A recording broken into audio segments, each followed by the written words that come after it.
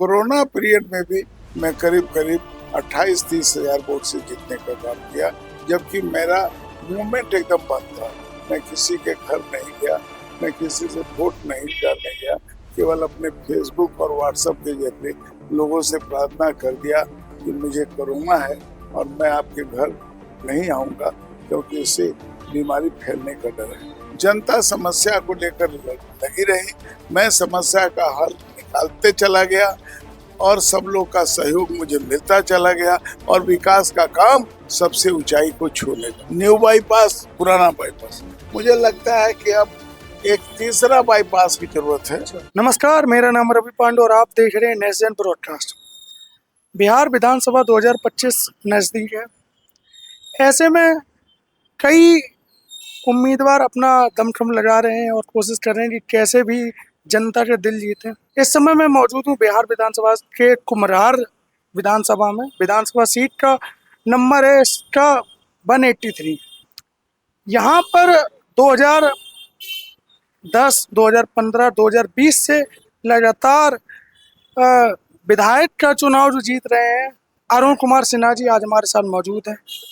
आज इस वीडियो में हम जानेंगे कि आखिर अरुण कुमार सिन्हा जी ने विकास कार्यों में क्या क्या योगदान दिया और भविष्य में भारतीय जनता पार्टी की तरफ से या फिर यहाँ पर जिस भी पार्टी से अगर उनको टिकट मिलता है तो वह क्या करना चाहेंगे, और कई मुद्दों पर बात करेंगे। कई चुनावी यहाँ पर जो चर्चाएं चल रही उन पर भी बात करेंगे। सर, आपका बहुत बहुत स्वागत है हमारे इस चैनल पर। सर, आप लगातार 5 बार आप चुने गए हैं, जनता ने आपको 5 बार प्यार दिया है। आप 2005 में 2 बार सिलेक्ट हुए और उसके बाद आप लगातार इस विधानसभा से, कुम्हरार विधानसभा से आप चुने जा रहे हैं। आखिर जनता का आपके प्रति इतना विश्वास क्यों है?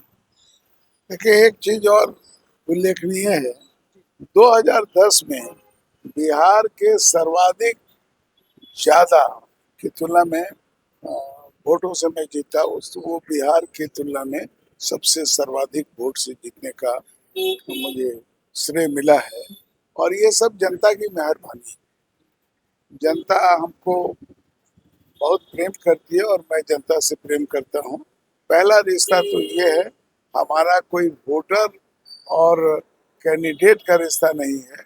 मैं अधिकतर लोगों से पारिवारिक रिश्ता बना के रखता हूँ और ये परिवार की जो प्रेम है, यही मुझे इस तरह के सर्वाधिक मतों से, बिहार में सर्वाधिक मतों से जीतने का काम किया।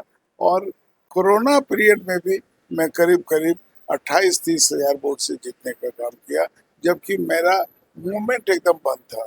मैं किसी के घर नहीं गया, मैं किसी से वोट नहीं करने गया, केवल अपने फेसबुक और व्हाट्सएप के जरिए लोगों से प्रार्थना कर दिया कि मुझे कोरोना है और मैं आपके घर नहीं आऊँगा क्योंकि इससे बीमारी फैलने का डर है।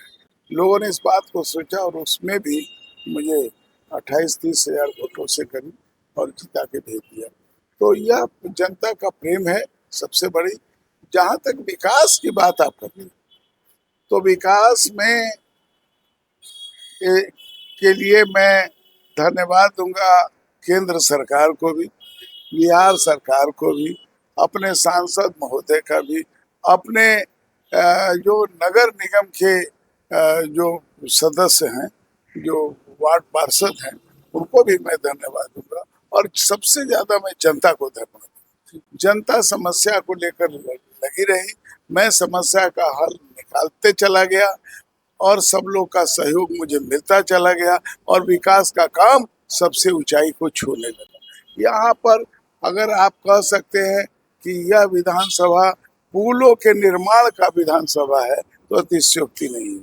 गंगा के किनारे वो जो बॉम्बे में सीवरेज है, जो क्या सीवरेज कहते हैं उसको, तो जो गंगा के किनारे रोड का जो निर्माण है और गंगा के किनारे की सफाई कर आप पैदल भी चलने का जो सुगम राह बनाई गई है, वो मेरिन ड्राइव के तर्ज पर यहाँ पर बना हुआ है।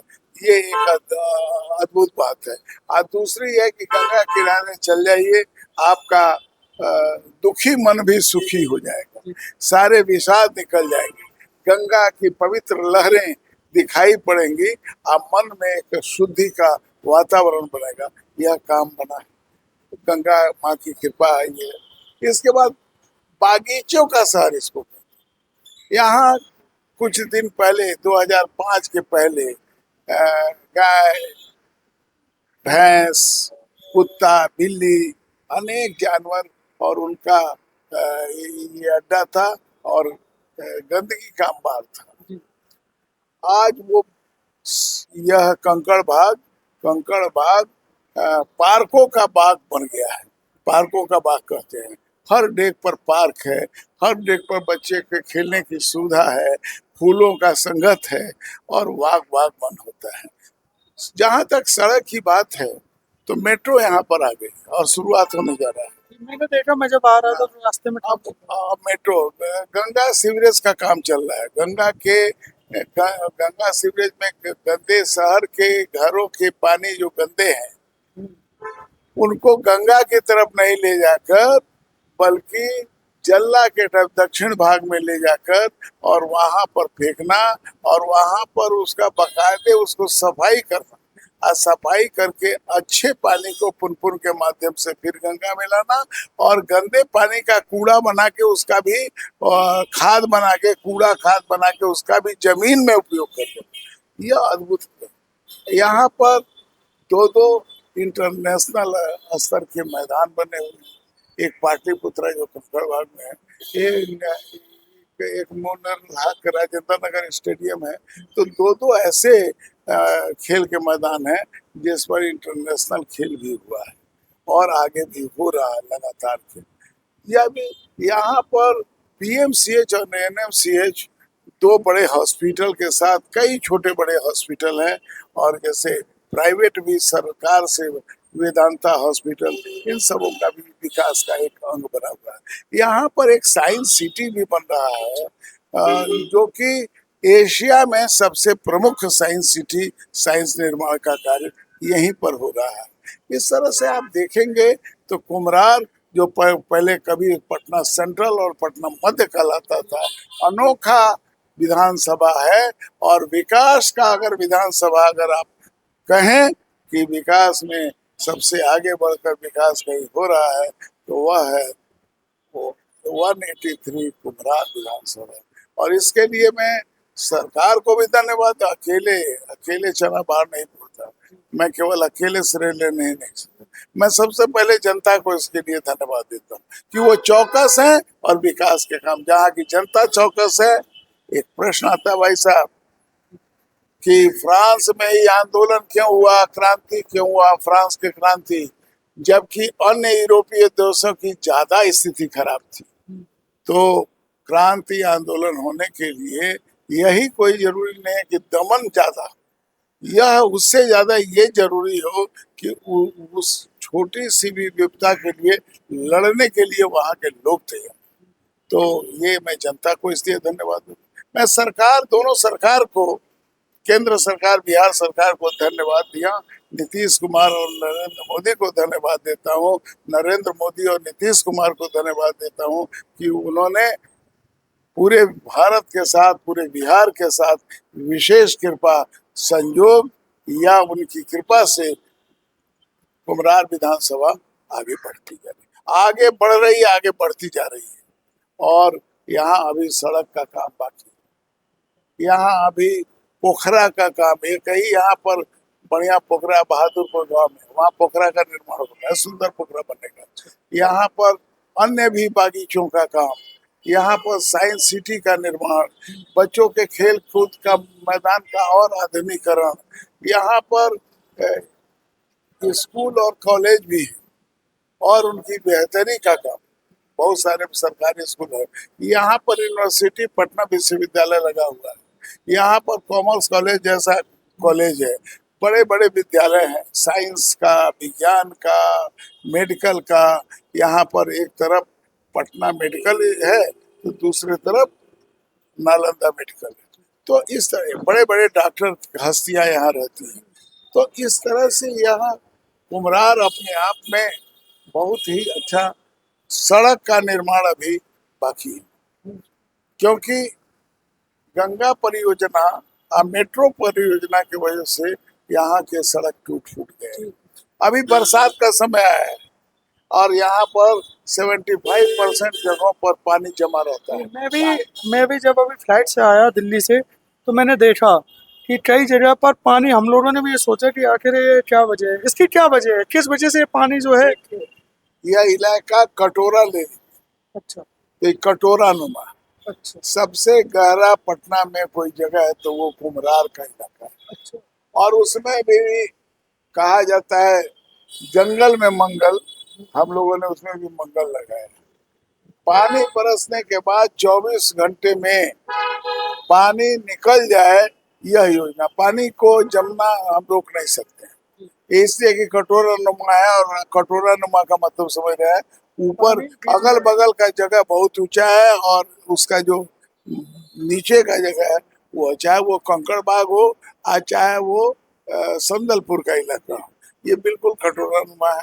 तो यहाँ जल जमा होगा, इसको तो प्रकृति नहीं रोक सकती, ईश्वर नहीं रोक सकते, हम और आप तो इंसान हैं। लेकिन इंसान ने ये करके, इस सरकार ने और सेंट्रल सरकार, बिहार सरकार, नगर निगम, हम सब मिलकर ये करके दिखा दिया है और दिखाने जा रहे हैं कि पानी बरसना जैसे कम हुआ, उसके 24 घंटे के बाद हम यहाँ से पानी निकाल देंगे। और उसमें हम सफलता बहुत हद तक करते जा रहे हैं।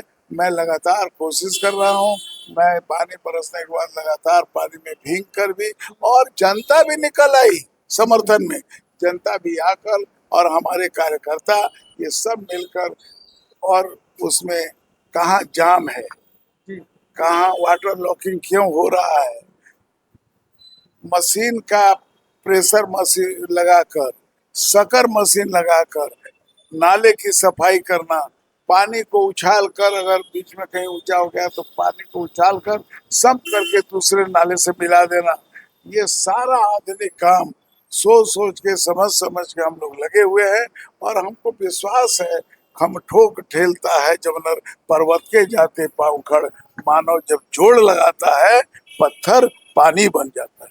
तो हम लोग लगे हुए हैं, पूरी ताकत से लगे हुए हैं, और इससे भी निजात कुछ पाए हैं और कुछ बाकी है वो पाने। धन्यवाद। अभी टिकट कंफर्म नहीं हुए हैं कि किस कैंडिडेट को कहाँ से टिकट मिलेगा। यदि आपको टिकट दोबारा से मिलता है भारतीय जनता पार्टी से, और यहाँ की जनता से, लोकल जनता से भी हमने सर्वे किया और जानने की कोशिश की कि किसको पसंद करते हैं, तो आपका नाम ही लोगों ने यहाँ पर लिया।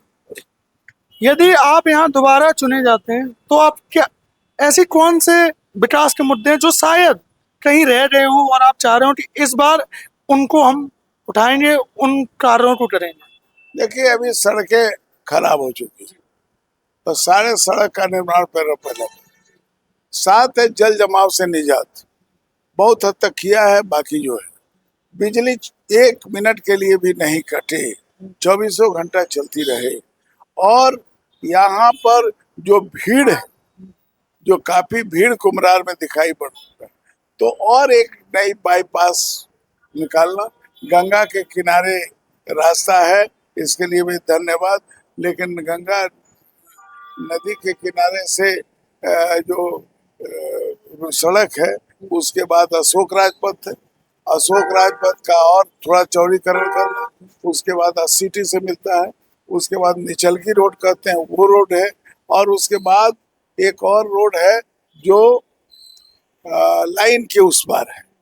लाइन उस पार एक ही रोड नहीं है बल्कि 2 रोड है, न्यू बाईपास, पुराना बाईपास। मुझे लगता है कि अब एक तीसरा बाईपास की जरूरत है। और जो ये डबल डेकर बना हुआ है, डबल रोड, ये बड़ी शानदार बना हुआ है। इस तरह का 1-2 रोड और चाहिए। इसमें मैं कोशिश करूंगा कि डबल डेकर जो अशोक राजपथ के साथ है, यही डबल डेकर एक कंकड़बाग की तरफ से भी हो जाए। और इस सब में मैं प्रयास करूंगा कि यहाँ की भीड़ में कुछ कमी आए, यहाँ का जो विधि व्यवस्था और बेहतरीन हो, यहाँ पार्कों की संख्या और बढ़े, यहाँ जल जमाव नहीं हो, पेयजल का अभाव नहीं, ये सब विकास के कारण यहाँ पर आध्यात्मिक रूप से आसन प्राणायाम के का भी लोग जाने और उससे लोग स्वस्थ रहें, भीतर से भी और बाहर से भी। कभी कभी देखने में आता है कि बड़ा सुंदर चेहरा है लेकिन वो बराबर बीमार रहता है। तो ये जो आत्मिक बीमारी है इससे भी निजात मिले, योग का भी विकास हो। और जो डॉक्टर जो है, जो अंग्रेजी डॉक्टर कहलाते हैं, उसके साथ साथ आयुर्वेद, हेमोपैथ, इस तरह का जो विधा है और जो मेडिकल साइंस है, जो साइंस का शरीर का, उसका भी विकास हो, चौमुखी विकास हो कुम्हरार का, ये यहाँ की जनता चाहती है और उसके लिए हम प्रयत्नशील। कोई एक ऐसी वजह जिसकी वजह से आपको जनता कई बार चुन चुकी है, लगातार आप 5 बार यहाँ से चुने गए हैं। आप अगर और लोगों की तुलना करें, जैसे कई पार्टियां हैं, कई पार्टियों के उम्मीदवार भी हैं, अगर मैं आपसे पूछूं 3 ऐसी विशेषताएं अरुण कुमार सिन्हा के अंदर है जिसकी वजह से लोग उन्हें प्यार करते हैं, वो क्या है? पारिवारिक संबंध, लोगों को जो उनका जो मरण जीवन या कई तरह के जो उनके यहाँ कार्यक्रम होते हैं, चाहे वो दुखद कार्यक्रम हो, चाहे कोई बढ़िया खूबसूरत कार्यक्रम हो, शादी ब्याह जन्म वगैरह, तो उसमें अगर उन्होंने बुला दिया तो वहां पहुंचना। इसके बाद तीसरा है कि यहाँ मैं बैठता हूँ और कभी भी किसी समय मैं घर पर रहूं तो लोग मुझसे मिलकर अपने दिल की बात कह सकते हैं। तो ये 3 बातें जो आपने, यही है मेरी बात। लोगों को मैं अपना परिवार के रूप में लेता हूँ, इस सोच के साथ मैं आगे। अब 2025 में चुनाव होने वाले हैं, शायद अक्टूबर या नवंबर मंथ में होंगे। क्या लगता है आपको बीजेपी को कितनी सीटें मिल सकती हैं? मुझे तो लगता है कि जो हवा चली है आदरणीय नरेंद्र मोदी और नीतीश कुमार के नेतृत्व में, ये जो विकास के पर्याय हो गए, और उसके साथ साथ जैसे इंजन के साथ साथ हम लोग डब्बा की भांति भी उनके साथ दौड़ रहे हैं, इससे तो ऐसा लगता है कि हम 85 और 90 के बीच में इस बार हमारी जीत है। अगर थोड़ा और कम करके करिए तो 85 से 90 सीटों पर हम प्रतिशत संख्या नहीं बताएंगे, 80 से 90% सीटों पर हमारी। तो जैसा कि सर ने बताया कि इस बार 2025 के विधानसभा चुनाव में क्या क्या विकास के मुद्दे रह गए थे, और 2025 यानी कि अभी जो अक्टूबर और नवंबर में चुनाव होने हैं, उनमें कितने प्रतिशत लोग भारतीय जनता पार्टी को चुन सकते हैं, ये सर ने बताया। सर आपसे बात करके बहुत अच्छा लगा, बहुत बहुत धन्यवाद।